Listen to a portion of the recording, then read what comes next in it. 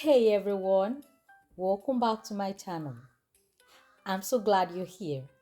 If you're a returning learner, welcome back. And if you're new, I'm excited to have you join us.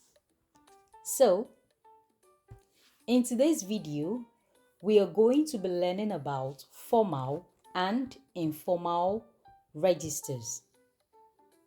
This is to help us improve communication with everyone we speak to and take our writing from casual to captivating. If you're ready, come with me. I mentioned formal and informal. Do you know what these words mean? Okay, I would like you to think of this as you know, dressing up for a fancy party versus dressing for the mall with your friends. We both understand, you and we both understand that in these cases, you want to express yourself, but the clothes you wear make a difference. What you wear to a fancy party will be different from what you wear to the mall with your friends. Now, look at the screen. Can you spot the difference between these two statements? Can you? Here is the first one. Hey, sup? Wanna chill later? Versus the second one. Greetings. Would you perhaps be available later in the day to meet for some time? How are these two statements? How are they different? Okay, in what situation would question one, that is, sup, wanna chill later? In what situation would it be typically used? And in what situation would the second question be commonly used? So this brings us right here. There are languages that we use for formal and informal speech or writing. With informal writing or speech, we use languages that are more relaxed, that are more casual, that are more spontaneous and conversational, often used among friends and family in an informal settings. But with formal writing or speech, we use languages that are professional, that are serious, that are clear and appropriate for academic or formal situations. Now, this brings us back to registers. What is register? A register has to do with the level of formality of the words you use. You know, when we talk, when we write, we choose our words and the way we structure our sentences based on the context. Now that we've established what formal and informal means and we know what register means, what is then formal register? A formal register is a way of speaking or writing that is polite, respectful, or structured. They are often used in serious professional situations. Okay? We use formal registers in school presentations, we can use it in official letters or job applications. In these situations, we put on our formal suit of language because it's about being clear, it's about being professional, using complete sentences, avoiding slang, contractions, or just casual language.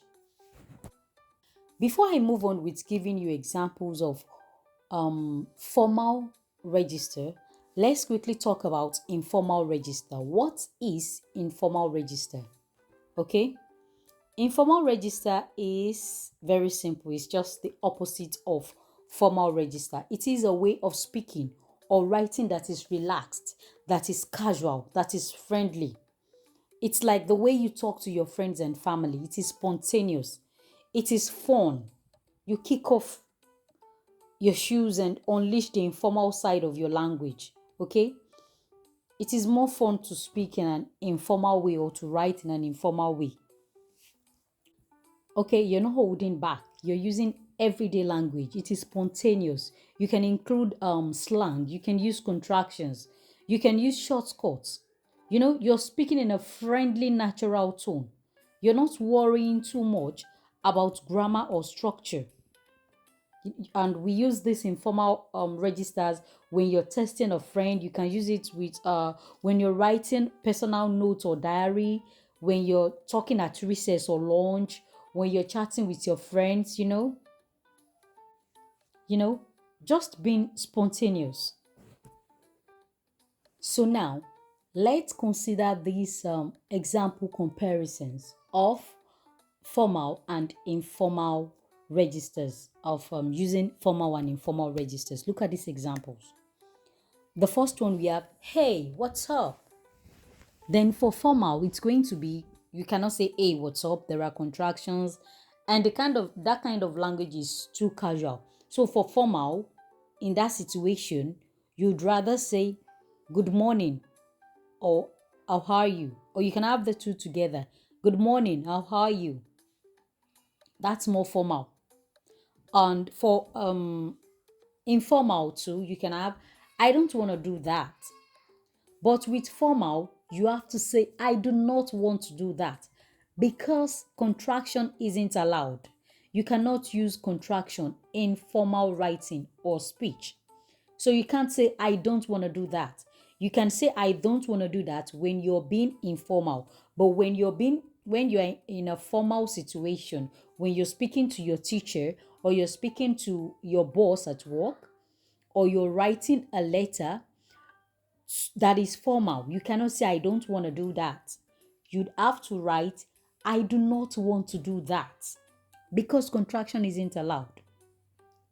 See this comparison, another comparison. You can say thanks a bunch in an informal situation where someone has done something, and you like to appreciate them, you like to express your gratitude. You can say thanks a bunch. But if it is a formal situation, you'd say something like, thank you very much. I am very grateful. This is appreciated. Okay? See this example too. We're going to compare the formal and informal, of course. So we have something like give me a second, and give me a sec.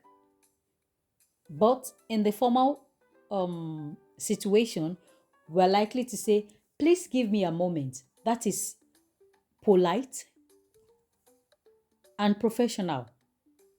Do you get that now? Now, having considered the examples and the comparison, we are now left with this question. Why do we use the right registers? Why does using the right register matters? Number one, to improve communication clarity and effectiveness. When we use the right register, it helps us. It helps to improve clarity. People would understand what you're saying, and your communication is going to be effective. You would be able to pass your message across properly. Okay? Another important reason for using the right register is to show respect and professionalism in formal situations. You don't want to be too casual. When the situation is formal, you want to show respect. You want to show professionalism. Okay? Then another reason is it makes informal chats more relaxed and fun. You don't want to be uptight when in an informal situation. When you're with your friends and family, you don't want to be uptight. You don't want to be seen as serious. Okay? When you're too serious in an informal settings, in an informal situation, people tend to just be like, oh no, this person isn't cool.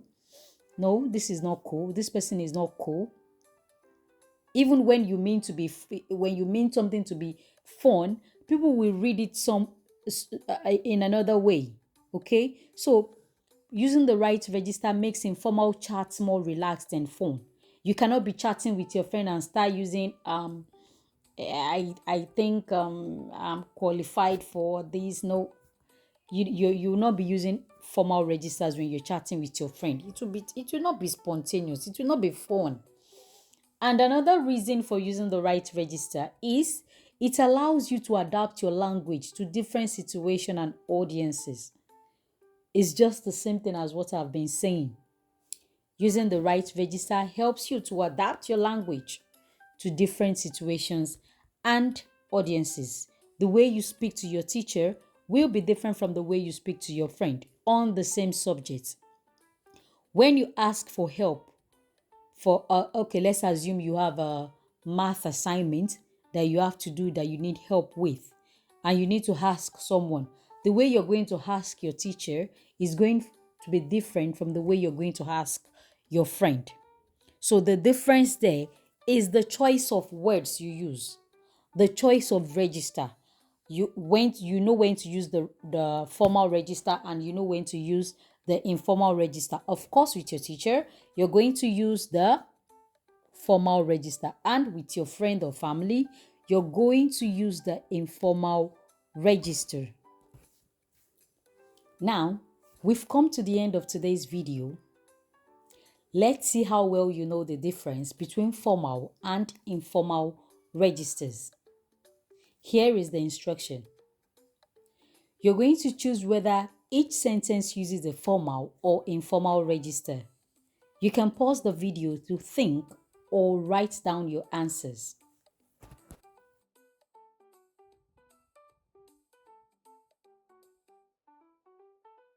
Great job, guys! How many did you get right? Let me know in the comments. And that brings us to the end of today's lessons, guys.